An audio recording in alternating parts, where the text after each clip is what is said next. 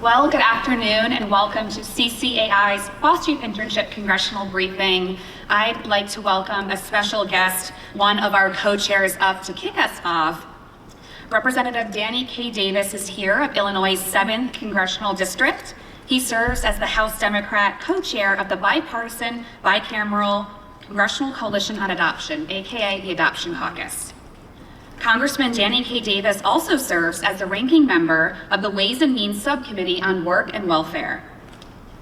Throughout his distinguished career, Representative Davis has been a steadfast advocate with a long-standing commitment to strengthening support systems for children, youth, and families in need. His leadership and commitment to these critical issues continue to make an impact. Please join me in welcoming Representative Danny Davis.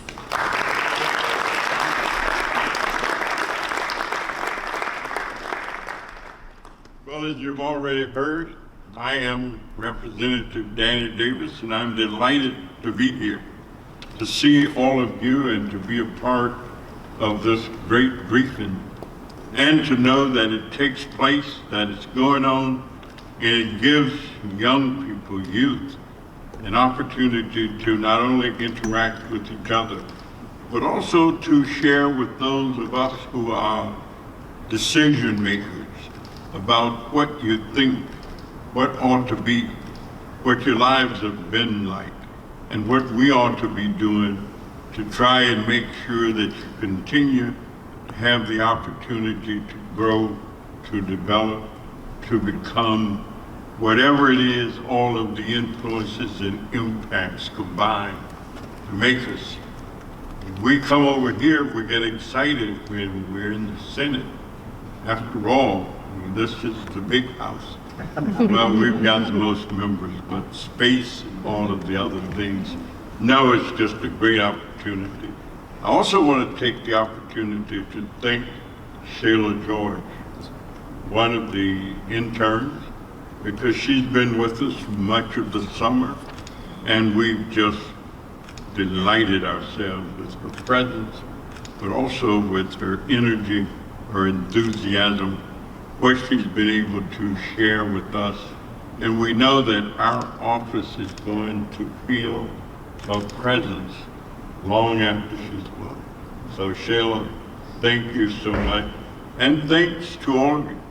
Have a wonderful briefing. We know that you're going to ignite, excite, and delight each other. I'm going to run and take a vote because I know we've got one coming up. I also want to say to all of the adults who are engaged, people who give up their time, their energy, and their efforts to provide guidance, direction, and opportunity. I say to them that they are the salt of the earth, pillars of the universe, the shoulders upon which young members of society know that they can lean, that they can glean, they can benefit from. Have a wonderful afternoon, a great briefing, and I know you'll enjoy it. Thank you so much.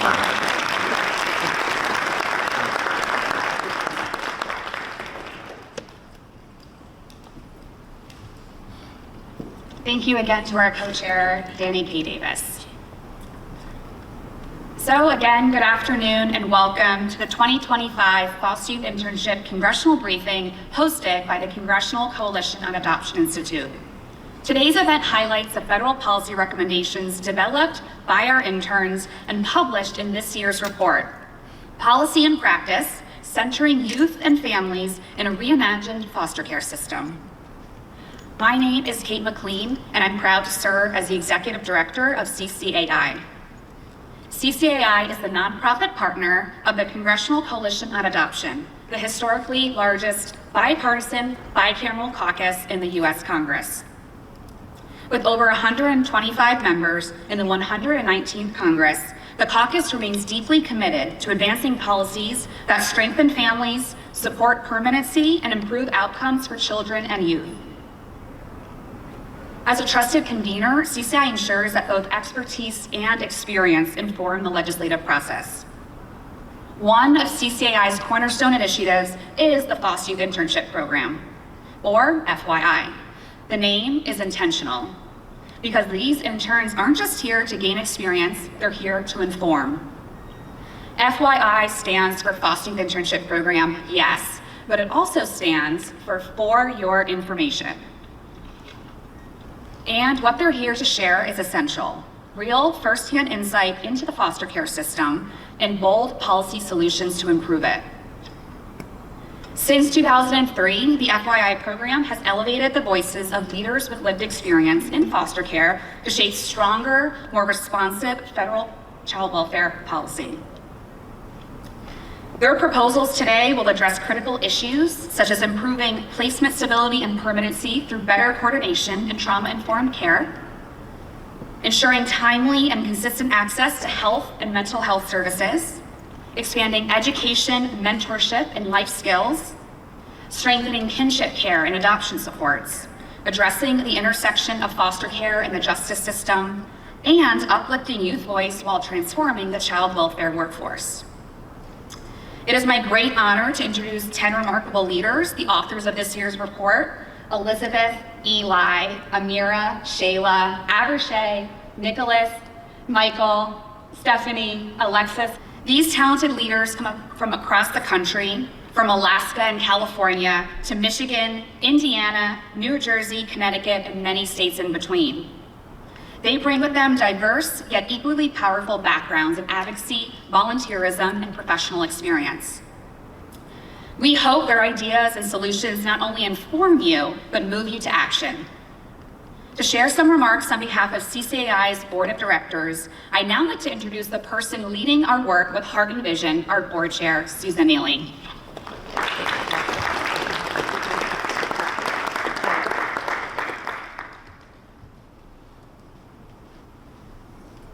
Well, good afternoon, everyone, and I will add my welcome on top of Kate's and on top of Representative Davis.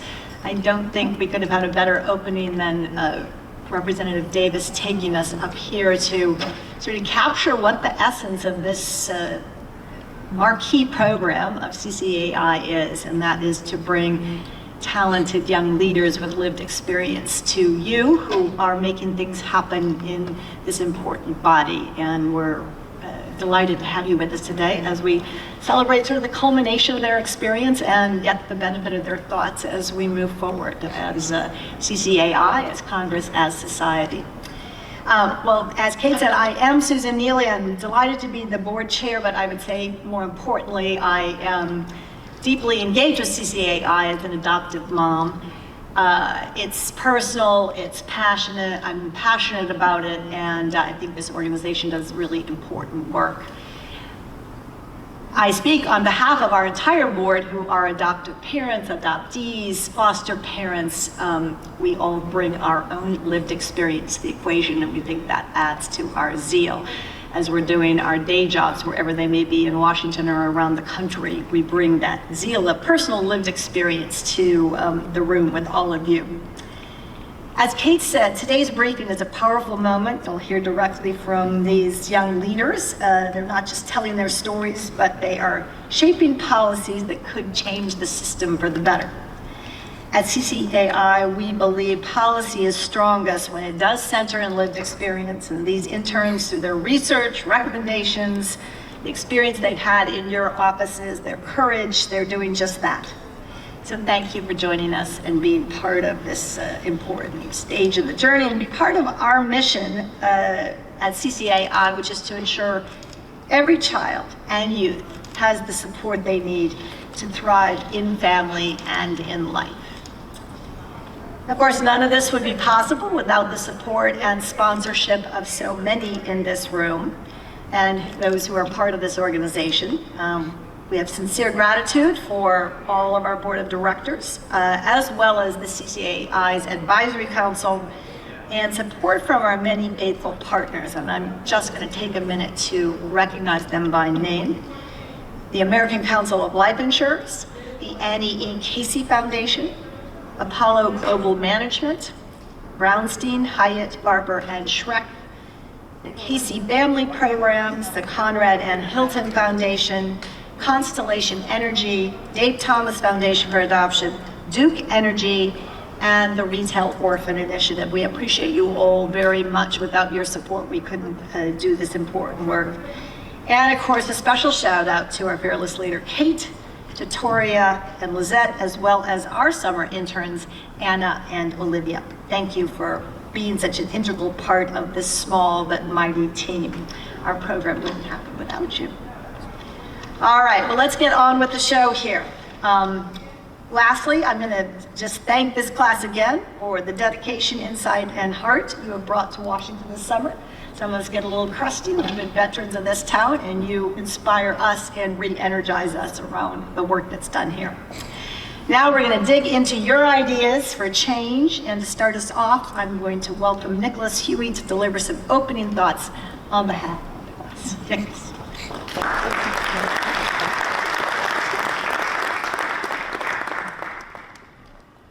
All right. Well, thank you, Ms. Neely. Thank you to everyone who came. Thank you to my peers. Let's begin. Good afternoon, friends, family, distinguished guests, and supporters in the fight for child welfare reform. I'd like to begin with two questions, two quotes. The youth of today are the leaders of tomorrow, Nelson Mandela. Children are the world's most valuable resource and its best hope for the future, John F. Kennedy. Right now, approximately 370,000 children and youth are in foster care across the United States. That's the size of New Orleans, Cleveland, or Tampa. Every year, roughly 20,000 young people age out of care, often without permanent family or support. Only about half will graduate from high school by the age of 18. Only 1 in 5 will enroll in college. And just 1% to 2% will earn a bachelor's degree. The youth before you today are strong, resilient, and brave. They are leaders in every sense of the word. Many of us have faced trauma and instability growing up that most people won't encounter in a lifetime. And yet we are here. We are future lawyers, doctors, teachers, policymakers, and maybe even one day elected officials.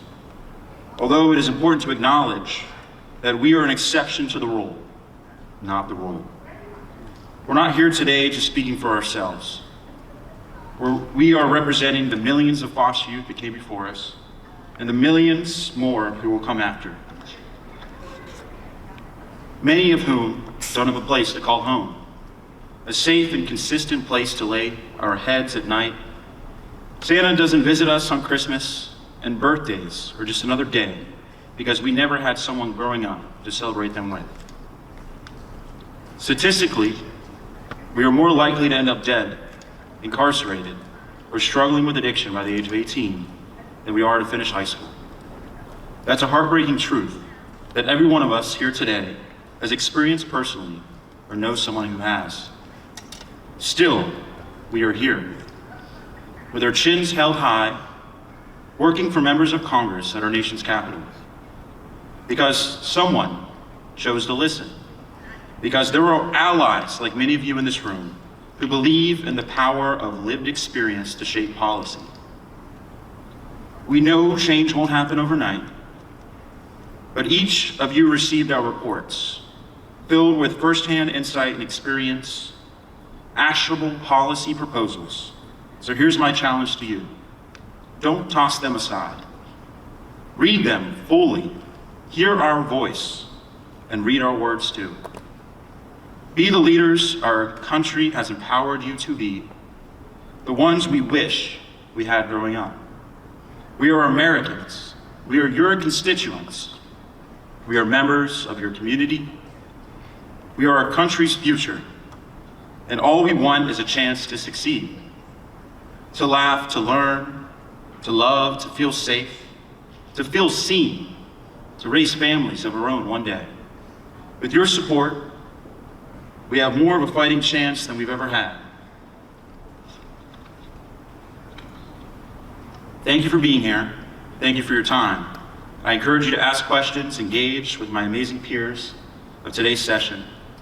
Together we can invest in our nation's most valuable resource and its best hope for the future. I'd like to introduce our cohort's first speaker today, Elizabeth Anderson. Thank you.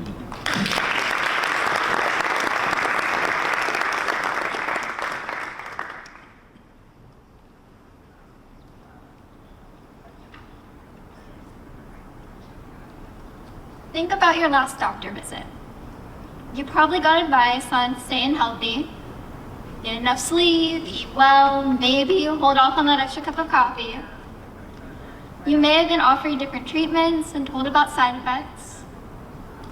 Maybe surgery or testing was offered. Either way, you still had a choice in what came next.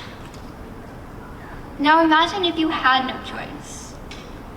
Not about the coffee, but about being forced to take medication with side effects you had concerns about, undergo a procedure you were uncomfortable with, or follow a treatment plan that put your well-being at risk. That is the kind of healthcare foster youth often receive. My name is Elizabeth Anderson, and I would like to see a world where foster youth have more autonomy and input in their healthcare decisions. Over 85% of foster youth have significant physical, developmental, or mental health needs, and about a quarter live with 3 or more chronic health conditions. These needs don't just disappear, but impact every aspect of our lives. Unfortunately, foster youth are often excluded from decisions about their own treatment. One experience from my own life sticks out to me. I was ordered court-mandated therapy based on a report that I had never seen. But when I finally gained access to this report, I realized that my treatment plan was based on inaccurate information that didn't reflect my actual health. Even after voicing my concerns, I was still forced to follow the same ineffective treatment. But Congress can change this. First, Congress should set national standards for personalized healthcare transition plans. The American Academy of Pediatrics recommends transition planning to help adolescents move from the transition from pediatric to adult care. This same model should be adapted for foster youth of all ages. These plans should be developed in consultation with the youth and their healthcare provider, include developmentally appropriate goals, and be updated annually. The court should review the youth's plan and progress to ensure opportunities for self-advocacy are present. Second, Congress should establish national standards to designate one medical decision maker for each foster youth. Right now, foster parents, birth parents, caseworkers, and others all share this role, often leading to misinformation in medical records, ignoring youth voice, and mismanaged care. Using models from states like California, Alabama, and Montana, the designated medical decision maker should be chosen based on the youth's wishes and demonstrated ability to meet their needs. If you take anything away from what I said today, let it be this. Foster youth deserve more say, more respect, and more autonomy in decisions about their health care. Thank you.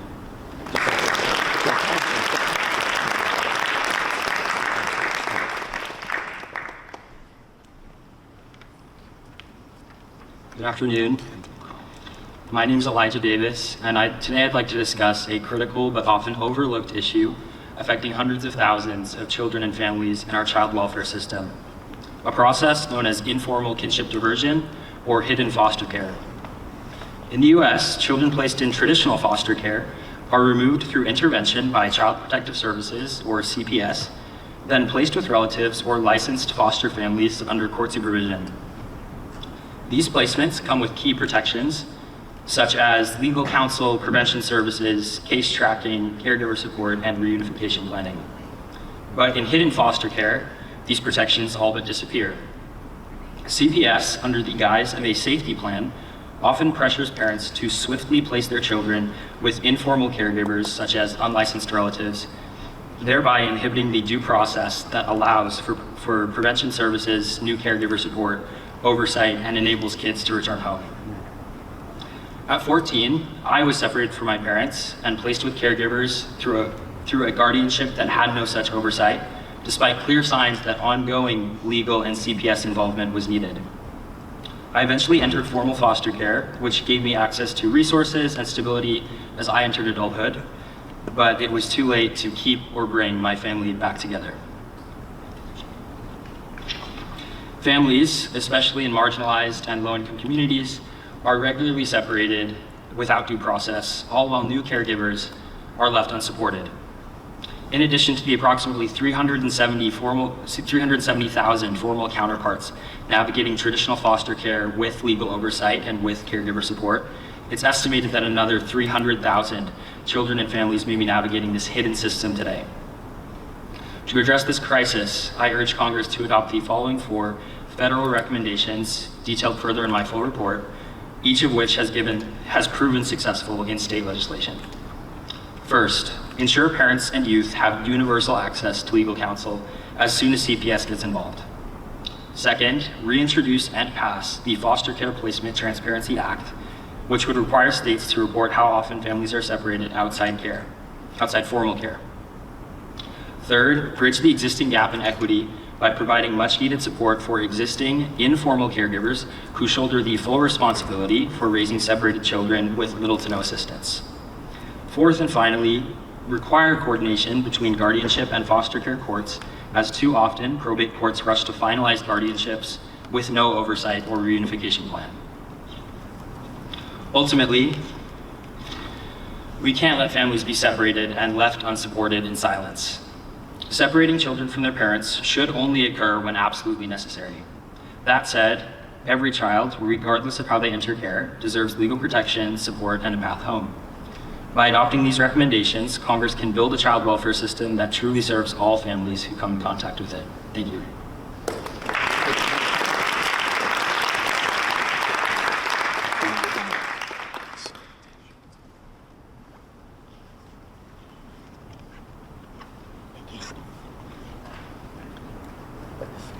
My name is Amira Foster, and I would like to thank you all for being here. I would assume that most of you in this room have successfully completed a degree in higher education. Think back to that time for me. While you were pursuing your degree, if you ever hit a roadblock, maybe trouble getting registered for classes, a confusing financial hold, a tough class, transportation, housing, or food insecurity, if you ever faced a challenge when you're here at university, would you please raise your hand? That's right.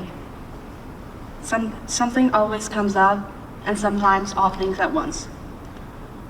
Now, when you were a young adult, if you had someone who supported you while you were pursuing your higher education, would you also raise your hand?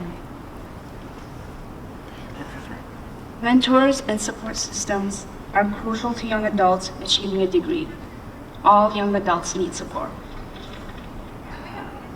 Studies show that foster youth overwhelmingly want to go to college.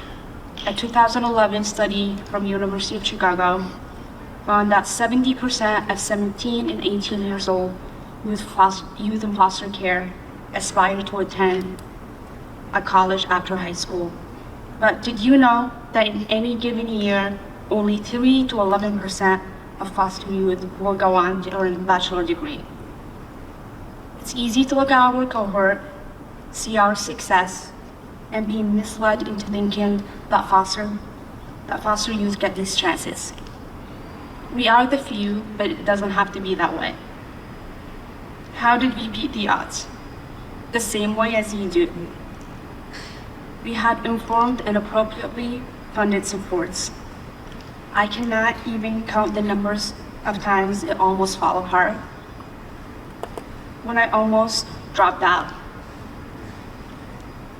I had support from multiple programs, including some scholars in Connecticut, and I had the funds I needed because of a scholarship.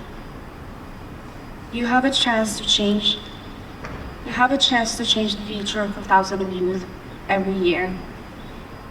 And in doing so, help create motivated, high-achieving, and well-educated citizens. Here's how. First, funding for college.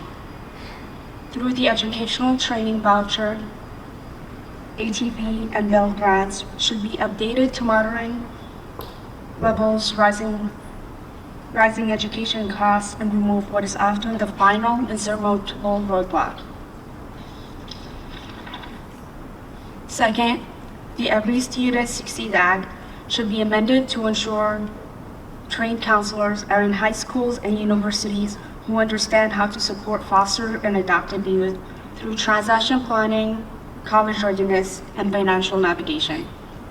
Lastly, mentorship programs with proven success like Sun Scholars should be expanded across universities, not as an optional service, but as a standard part of supporting students in foster care backgrounds.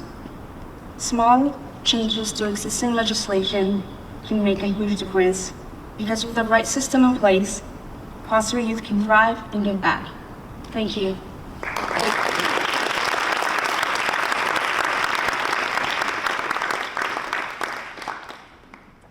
Good afternoon. Raise your hand if you've ever had to report a child experiencing abuse or neglect. Now raise your hand if the child you reported was yourself. My name is Shayla George, and that phone call marked the beginning of my story, the beginning of my advocacy. And if you think I stopped advocating for myself there, you would be mistaken. I placed myself in foster care for stability, and I was determined to get it. I contacted my caseworkers regularly. I told my visitation supervisor when I no longer wanted to see my father. I told the judge I did not want reunification, and I asked my lawyers lots and lots of questions. I did not wait for permission when it came to applying for college, obtaining my learner's permit, or opening a bank account. And yet, I still attended a different high school each year while living in 7 different homes over the span of 2. In these persistent moments of advocacy, I began to see cracks. Cracks that if you followed them long enough turned into sinkholes. Children's needs went unmet, providers and supporters lacked training, and most disappointing of all, communication was almost non-existent. I believe I was not just placed in foster care because of my circumstances, but to play a role in changing it. Children in foster care change placements on average once every 6 months, and more than 1/3 experience 5 or more moves while in care. To increase placement stability among foster youth, I urge Congress to consider 3 recommendations. First, require trauma-informed training and continuing education for all foster care providers. Understanding trauma, how it shows up in behavior, and how to respond appropriately is essential. All providers should have the same tools to support youth effectively. Second, implement clinical oversight in matching foster families with youth, as well as the removal process. In Indiana, foster parents can request a child's removal without meeting any standard. Clinical oversight would ensure accountability from both families and caseworkers. Children deserve to make mistakes without it costing them their placement. If we care about outcomes, we must care about consistency. And finally, Congress must leverage technology to improve placement practices. Weeks into care, I was told I had to move 3 hours away because there were no available homes in Indianapolis, a city of nearly 1 million people. Later, I learned there was a bed open, just not within my agency. This wasn't just a resource failure, it was a failure of coordination, communication, and of care. Placement stability is not a luxury, it's a necessity. It allows youth to heal, to trust, and to thrive. And when we invest in stability, we invest in futures. Thank you.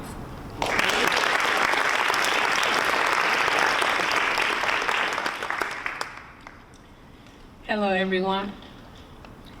My name is Avashay Gray Woods from the east side of Detroit. And at 14, I found myself asking, why did the government remove me from my home to parent me, only to not show up for me the way a real parent should? How do you chase the American dream when every day feels like a nightmare? I aged out of foster care with no clue of what I was eligible for. I had nothing but a broken heart and the same 2 trash bags of my belongings that I came in care with. I should have left with access to health care, housing, workforce support, and education. Sadly, I'm not the exception. Thousands of youth face this every day. I met my court-appointed guardian ad litem for the first time the day before my case closed. Even though in Michigan, the law says that we should have met them the day of and met afterwards quarterly. I begged not to return back to my abusive home, to the guardian ad litem, but I was sent back anyway. Less than 2 years later, I was removed again. This time, the removal was undocumented. They called it a safety plan. I lost my stability and my education, and I even lost custody of my child. I didn't just age out of foster care, I aged into generational trauma. The system taught me how to survive, and out of that survival, I taught myself how to live. Here's the reality.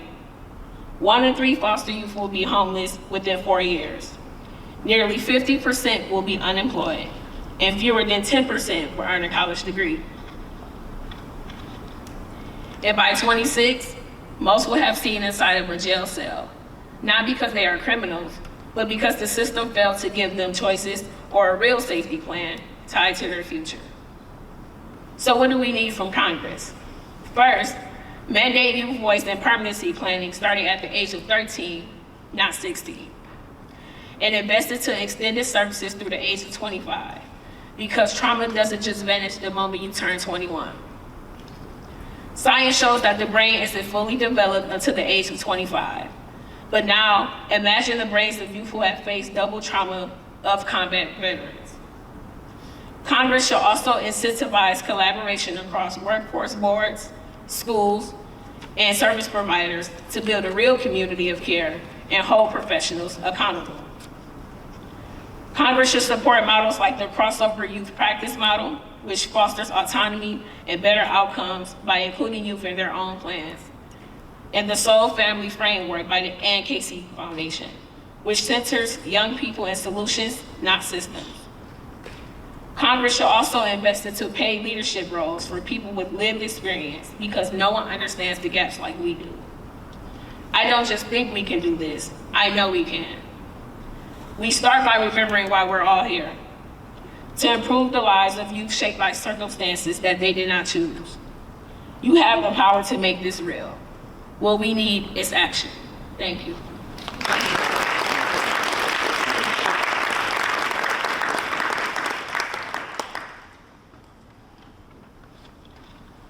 Yeah, one more round of applause for everyone up here, please.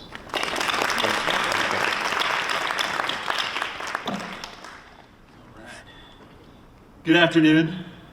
Once again, my name is Nicholas Huey, and I want to start with a question. What happens when the very system meant to protect children becomes the reason they can't get a job, an education, or a home? For too many foster youth, that's our reality. Nearly half of youth in foster care end up in the juvenile justice system, not because of criminal intent, but because of trauma. Running away, truancy, or acting out are often survival responses to instability. Without support, these moments leave lasting records that follow us into adulthood. Even low-level, non-violent offenses can block access to student aid, housing, military service, and jobs. These records, meant to be confidential and rehabilitative, often aren't. And while expungement can offer a fresh start, the process is complicated, confusing, and nearly impossible to navigate alone, especially for foster youth.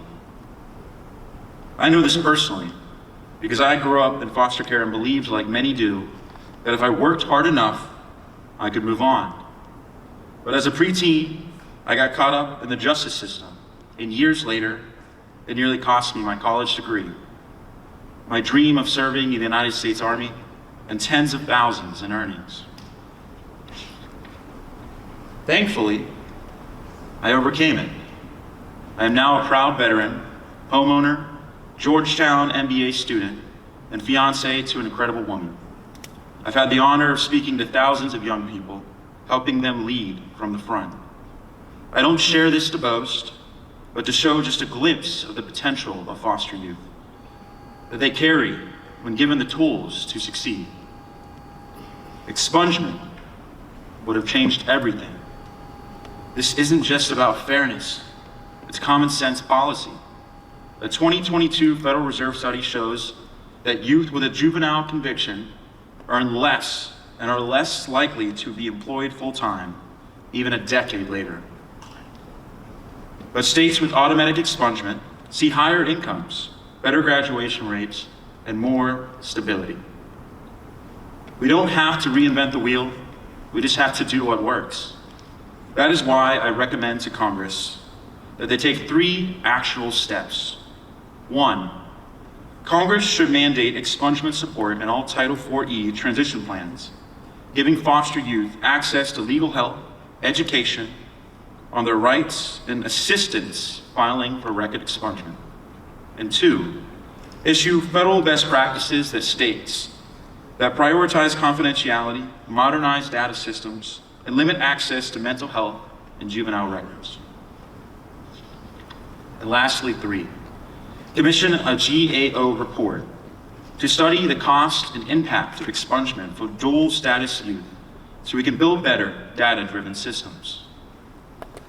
Foster youth should not be judged forever for a moment shaped by trauma. No child should. They deserve what we all do, a clean slate. A chance to be seen for who they are today, not who they were then. Let's unlock potential. Let's break the cycle. Thank you.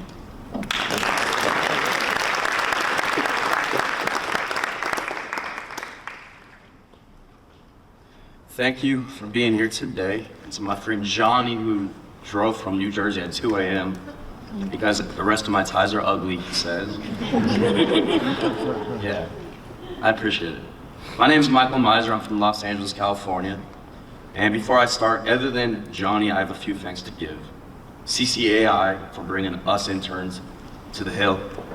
To my fellow interns for providing support and guidance throughout the whole summer.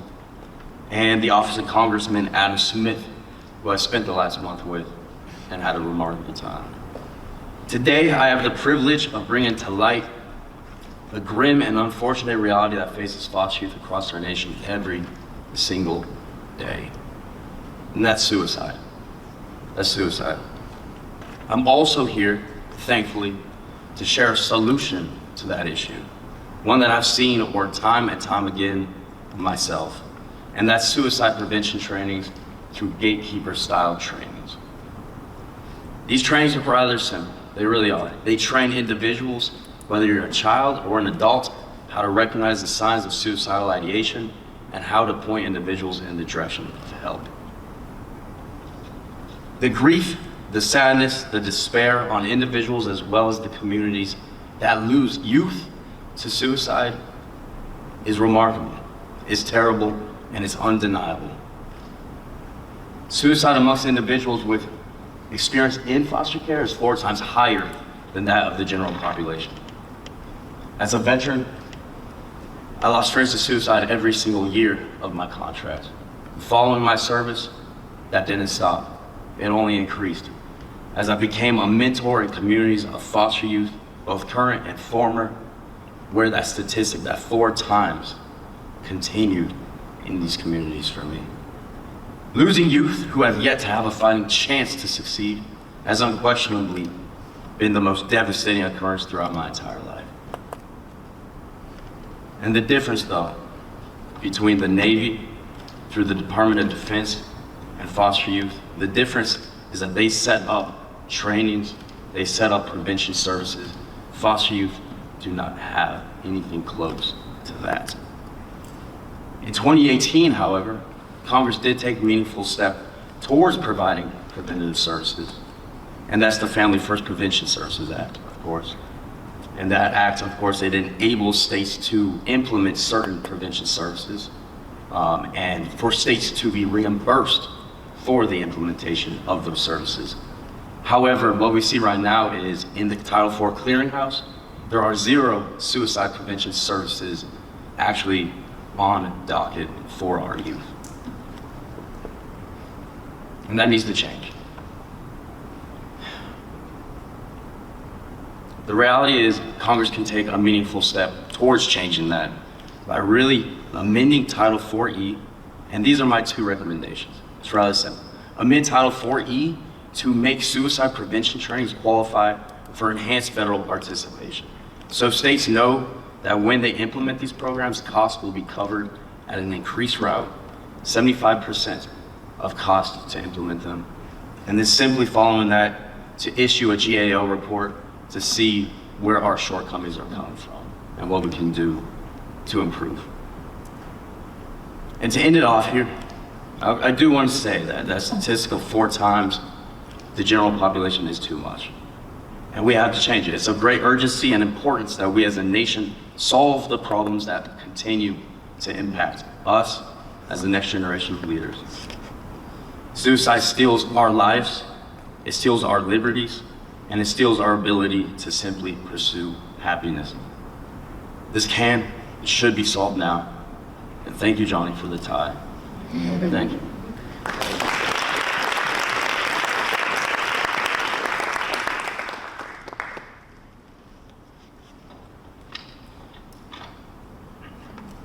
Hello everyone, I'm Stephanie Popper and I come from the great land of New Jersey.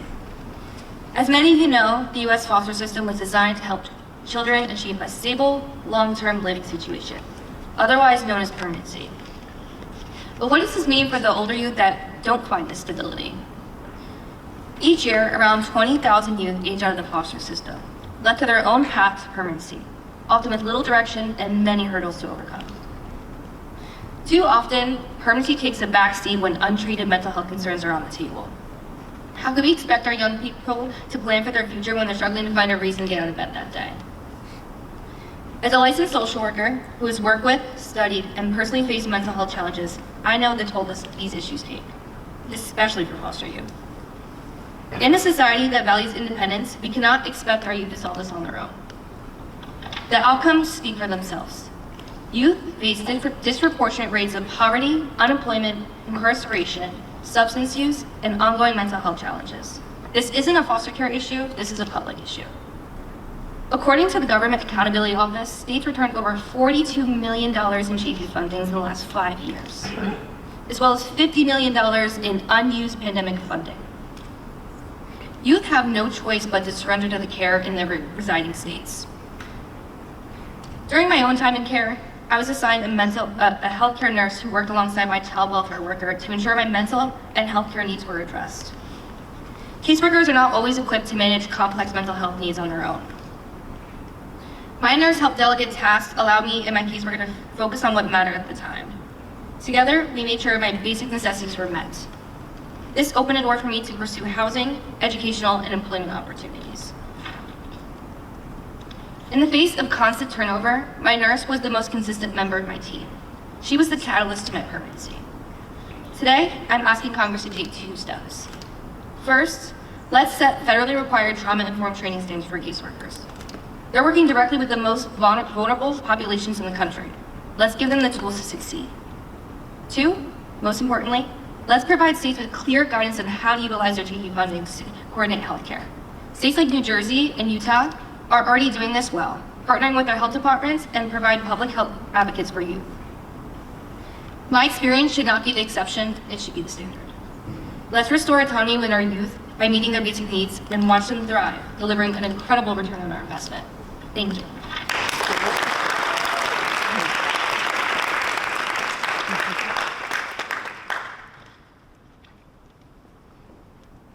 Home is more than 4 walls and a roof. It's safety, connection, and the space to fully be seen. For too many foster youth, home is defined by placements that change overnight, needs that go unmet, and trauma that compounds with every move. I grew up believing home meant a room full of toys to prove that you belonged, kitchens where laughter masked silence, and hope that someone's arms would be there after a really long day. Today, I know home is not just a place. It's a community that nurtures healing and resilience. Every young person deserves access to that kind of home in the child welfare system. My name is Alexis Corazon Rodriguez, and my policy focuses on strengthening behavioral wellness pathways for young people aging in and out of foster care. Behavioral health is essential to well-being. For too many foster youth who carry deep trauma, healing is delayed because systems are fragmented and our definition of care is too narrow. A bed and a roof are treated as enough, while deeper needs for safety and healing go ignored. Nearly half of children in child welfare are diagnosed with behavioral health conditions, but too many face inconsistent, reactive, and inaccessible support, especially as they grow older. I know this firsthand. My emotional needs were often unmet and misunderstood. My vulnerability made me a problem to be managed, not a person to be supported. I was labeled and forced to move on. No child should have to wait until adulthood to begin healing. Behavioral wellness must be embedded care from the start, not treated as a privilege or an afterthought. That's why I'm recommending 3 actions that Congress can take right now.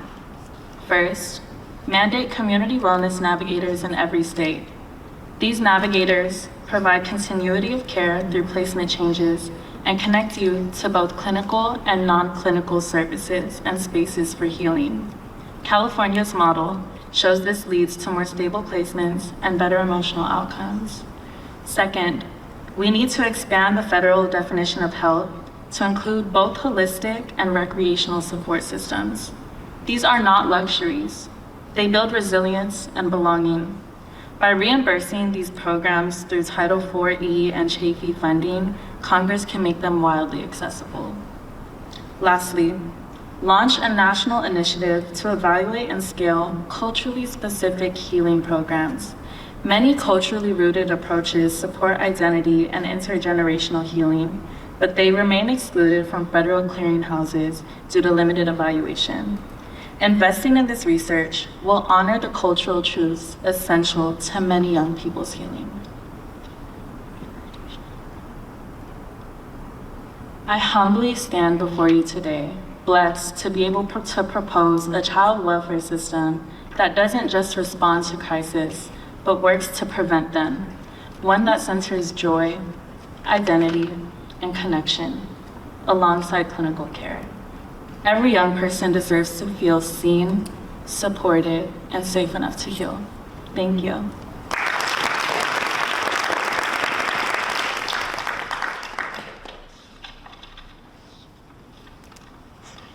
Thank you for being here today. And most importantly, thank you to my peers for showing up for yourselves, for each other, and for every young person who will inherit this system after us. Some of you in this room get to clock out at 5 p.m. We don't. We live in the ripple effects of your decisions, in the policies that move forward, the ones that don't, and the decisions being made about what matters most. So while I appreciate your presence here, what matters is what you do when this room is empty. What do we owe to each other, truly? Not just as professionals or policymakers, but through our shared humanity. What do we owe to the people we'll never meet, to the children we claim to protect? What is the role of power if not to serve the most vulnerable among us? You cannot measure justice by how well the system works for the people who designed it. You measure it by what it offers to those who never had a say in how it was built. This year's policy report, Policy and Practice, doesn't just outline problems, it offers solutions rooted in lived experience. My peers and I are calling for a system that listens and responds. Whether it's giving youth a voice in their permanency planning early on, providing post-adoption support for families, or mandating trauma-informed training for the adults responsible for our care, foster youth are not asking for favors. We are claiming a future, one where we are put first. And a future rooted in dignity demands more than reform. It demands reckoning. Reckoning with the fact that harm can be procedural and that neglect can be systemic. Failure isn't always loud. Sometimes it sounds like nothing at all. You don't have to be the reason a child enters foster care to be responsible for what happens next. If you are in this room, you are already a part of that story. So do not call us resilient without asking us what made us that way. Do not applaud our strength without questioning the systems that demanded it. And do not say we inspire you unless that inspiration moves you to do something. Our hope isn't performative, it's strategic, it's earned, it's collective, and it demands action. We are not here because we were saved. We are here because we refused to disappear. And I would be remiss if I didn't acknowledge some of the youth who will never get a chance to find a loving home and who will never have the opportunity to share their own recommendations. Names that could have stood in place of ours. Antonio Suarez Ware, Anaya Batchelor, Gabriel Fernandez, Alexis Tobias, Cornelius Frederick, Devani Escobar, Serenity Denard, Gabriel Myers, Zymir Perkins, Micaiah Bryant, and there are hundreds more. Foster youth whose names we'll never know, whose lives were lost in a very system that was meant to protect them. Our shared humanity calls us to honor them in all that we do, not just in remembrance, but in action. So let me be clear. Progress is not permission to pause. It's an invitation to keep going. So we invite you to read our reports, to lean on your colleagues who are already working to build a better system, and to know that when a foster youth is speaking, it is part of your responsibility to listen. Thank you.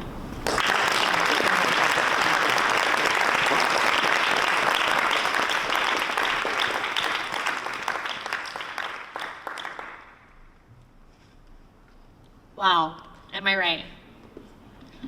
I want to start out by acknowledging that the remarks you heard here today, what you will read in each of their policy reports, is a look behind the curtain of some of their most painful moments. And that is an honor and a privilege for us all to sit in this space and hear and read. And they don't share that with us for nothing. They share it with us so that there's change.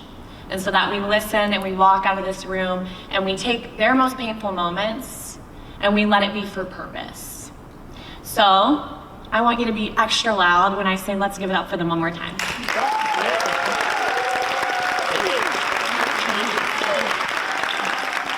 I love the standing.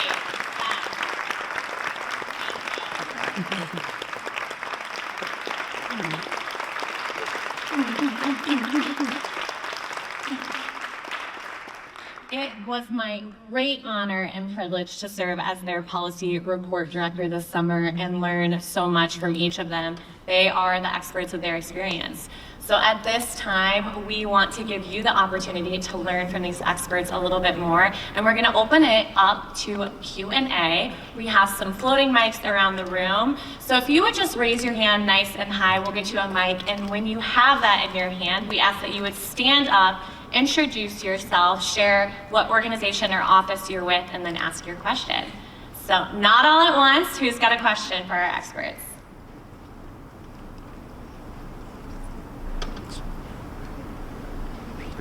Oh, we got some shy. Okay, over here in the front, Tori.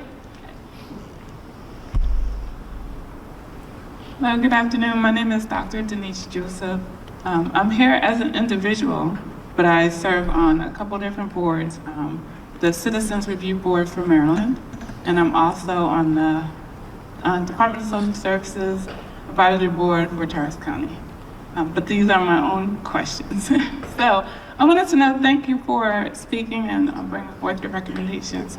I wanted to know if any of you plan to continue on to be a staffer for Congress or run for Congress. Who would like to take the question? Go one, thank you for being here, and I appreciate what you do. Yeah, this has been a very unique and amazing experience. I had the privilege to work for Senator Mullen's office. Most of the staff is actually here today to support me. Prior to this, I was up in Alaska transitioning from the Army, and I worked for Senator Sullivan actually at the local level. Being in DC has been very unique because not many places in this country can you walk down the halls and see a four-star general, see members of the Senate and Congress, and actually be a part of the policy and see how it works. To answer your question, I would love to one day serve my country if it calls. I think there's so many ways to serve. I think being on the Hill is definitely one of them. I've enjoyed my time here, always open for opportunities if anyone's hiring. But yeah, I think many of us want to serve, and I'd love to serve in that capacity one day, whatever it may be. So, thank you. Anyone else? Yeah, I mean, we love opportunities. We all do. Not those opportunities. Like, I'm not. But, yeah, I mean, elected office is beautiful. I think representing constituents who need their voices heard when they are very often ignored, as in, like, very often ignored, that's a wonderful service. So I think everyone here should, to be honest. And, say it? 100%, yeah. Thank you. Thank you for your question. Did you want to go, Alexis? Yeah. Thank you so much for your question. I grew up really appreciating representation, and I was always looking on TV to see what was possible for young girls like me. And the closest that I had to that was the Orphan Annie. And it wasn't until I was so much older and went out of my way to understand that I deserved to be in rooms like this, that I knew that there was so much bigger dreams to me than being adopted by a wealthy family. So representation is so important, and I do continue and hope to continue to be in these federal spaces where I'm able to show other young girls and other people in child welfare that there is so much that you can obtain, and we are the examples of that. So thank you again for your question. We have one more answer from Shayla. I recently just graduated college in May. Sorry, I don't know if you can hear me. So while working on the Hill has been an opportunity of a lifetime, I've learned a lot about myself and how I like to serve others. And so while working for Congress and getting recommendations passed, while that is truly important, there's other ways to serve foster youth. I'm just now stepping into this role of being an advocate, and so I'm excited to see where it takes me. But yeah, there's other ways to serve, and I'm excited to be an advocate and to continue advocating for myself and other foster youth. Shayla. All right, I see we have a question in the back. Hi, losing my voice. My name is Nicola. I'm an intern at the U.S. House of Representatives. I'd like two small questions. The first one is, how do you balance like sharing your story with not oversharing and not like at a certain point stop sharing, starting kind of selling it to people? And the second one is, especially with the foster care system, seeing as the policy recommendations have been happening and a lot more foster youth are getting involved with the foster care system, what ideas do you guys have to make sure that like the next generation of youth that are impacted by the policy changes of like our generation and generation before, that their voices are heard? Because honestly, as the system is changing, new problems are arising. Great questions. Who would like to take strategic sharing? Maybe someone from this side of the table. Amira? So in terms of sharing, I would say I always share what I'm comfortable with, and I wouldn't mind it being online or like someone else to know about it. I'm very strategic about how in details I would go to something usually I'm comfortable with, not very deep, but also to share the experience and reflect on it. I can agree with my peers as well, but I like to think of it as a skill that I'm also building every day. I also think it's an art form. In some ways, you kind of have to surrender to yourself and what you're feeling that day. You could plan to share your story on a panel, and then that day you're like, nope, it's not going to happen today. And you have to like respect yourself enough to, hear that and listen to that. So it's a complicated thing that it keeps moving, you know. Thank you. Nick, and then we'll move on to your second question. Yeah, I promise this will be the last time I talk. I like to talk, but I love that question, and I love my peers' answers. At the end of the day, I served my country because I wanted to serve soldiers, and I speak my story because I want to serve the youth that need to hear it. And I think that it is an art form. It's something that took me many years to feel comfortable sharing, but I realized that my ability to share my experiences, and the beauty of it is that most people in this room in some capacity can probably relate, regardless of you being in foster care or not. And so I think there's so much power in a story, and I am personally comfortable with sharing because at the end of the day, if it can affect one person and inspire them not to take their life, inspire them to go to college, inspire them to speak, find their own voice, then that's worth it. And so at the end of the day, I don't share my story necessarily for policymakers to hear it. I share it because someone in that room might need to hear it.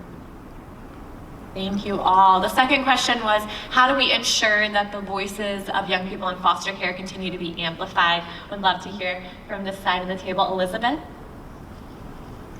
Yeah, thanks for that question. I think one way is, programs like CCAI exist, they make sure we're here and that we have a seat at the table.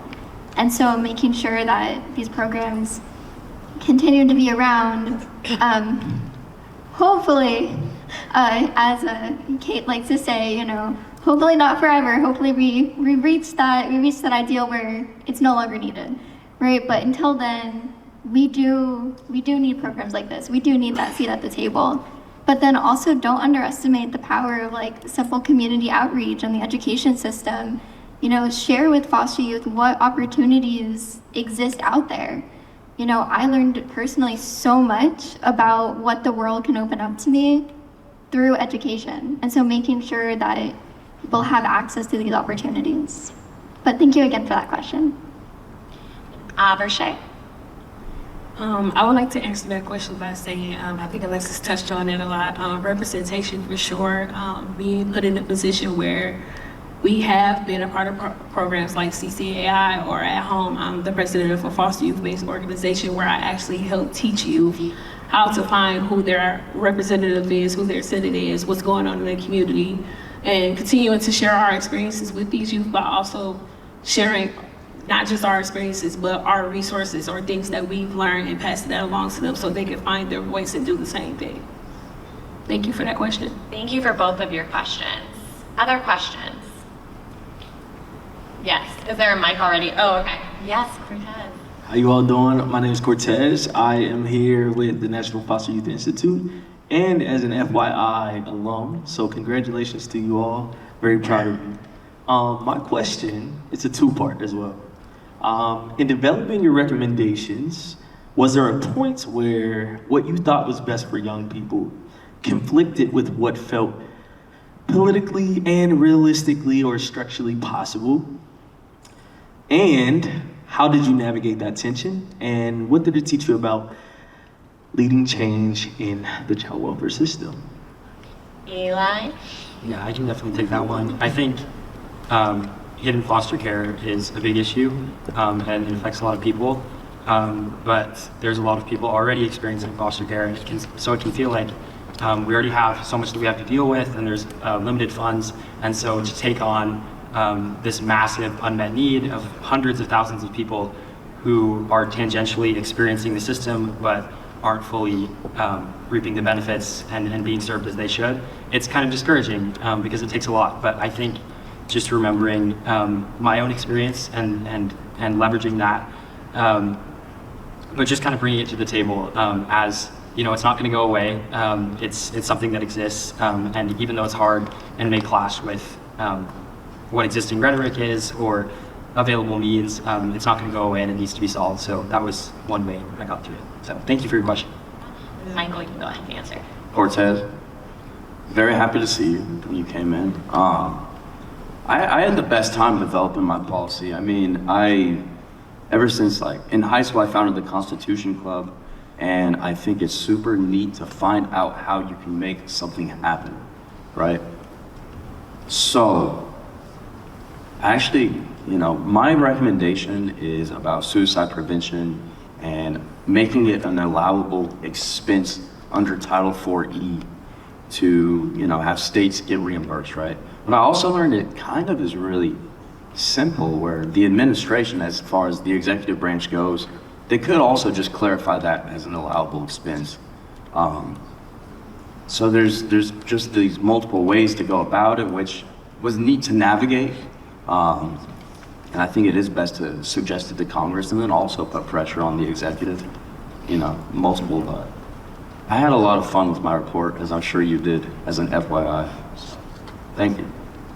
We'll go to Alexis and then we'll move on to our next question. Yeah, thank you so much for that question. There is a culture growing up in foster care where you're conditioned and made to feel like asking for your basic needs is worth $1 million. Like asking for clean clothes to get to school is too much, it's inconvenient. So these conditions tend to stick with a lot of people that age out of care.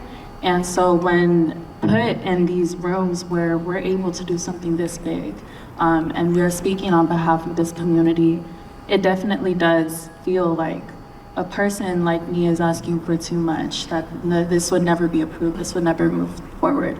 But those restrictions are exactly how we move backwards, and there's no progression.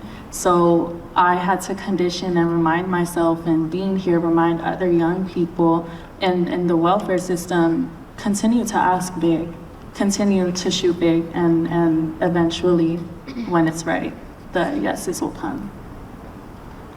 Thank you all the question. I think Chris, you had a question? Hey everyone, really amazing job. I'm coming to ask a question to you guys as the executive director of Sun Scholars Inc. and 2019 FYI. So thank you guys for carrying the torch. And I just want to say, Michael, this has nothing to do with my question, but as someone who has grown up in care and lost many friends to suicide, I really appreciated your really important policy. So thank you. In 2019, and Reno right here also was a 2019 FYI, we when I joined this program as a, self-affirmed New England Democrat, I wasn't sure what to expect on the bipartisan dynamic of the Hill. You're kind of led to believe there's an us and them, there's, a lot of stuff. And I found myself in 2019 getting, remarkably along with many people who came from different backgrounds. I remember getting soda with Ted Cruz's office, and it was, and I was in Klobuchar's office. It was a joy, and I really changed my world because in 2019, before the world flipped on its head, really felt that I walked away feeling confident that our country got along behind closed doors. I'm curious, in an admittedly turbulent time, especially in the realm of child welfare, having spent some time behind those closed doors now in offices, getting along, and all of you are in bipartisan offices, living alongside each other. I'm curious how you feel the country works behind those doors right now. Do you feel that there is camaraderie and connectivity and the ability to compromise? Sure. I feel that the office that I'm in personally right now, it's camaraderie for sure, because it's not an ego-driven office, and we get into politics on the way where it's what's best for the constituents. I've learned a lot from different backgrounds, and I feel like that's helped inform my experience, and it's made it very enjoyable. So that's my feedback on that. So thank you for that question. Interestingly enough, when I applied, there was a question about bipartisanship, and I mentioned how being biracial, I felt like I grew up being bipartisan because both sides of me are completely opposite. And so when I came to the Hill, I had that same mindset of carrying that bipartisanship with me. And I think at the center of everything, regardless of what side of the aisle you are on, children will always come first, or at least people will always want children to come first. And so regardless of how we get to the policies or the bills that are passed in order to make sure that foster youth are heard and that their experiences are for a purpose, I think that it doesn't really matter where you come from in that scenario, as long as the children are put first. Thank you. Questions on this side of the room? Yes. We have a mic for you. Oh, great. I'll share screen. So, my name is Caitlin. I work for the New Jersey Department of Children and Families. I'm also here supporting my incredible friend, Stephanie Popper, who's among the other incredible individuals on this panel. I have a question for Mira. I'm really passionate about mentorship, so I really enjoyed your proposals. I want to hear from your perspective, what do you think makes mentorship such a worthwhile investment? Thank you. That's such a great question. As we know that most foster youth lack the parental support, and having mentors will help them achieve academic support for personal or emotional. For me specifically, mentorships often helped me with like finding resources that I needed, academic as well.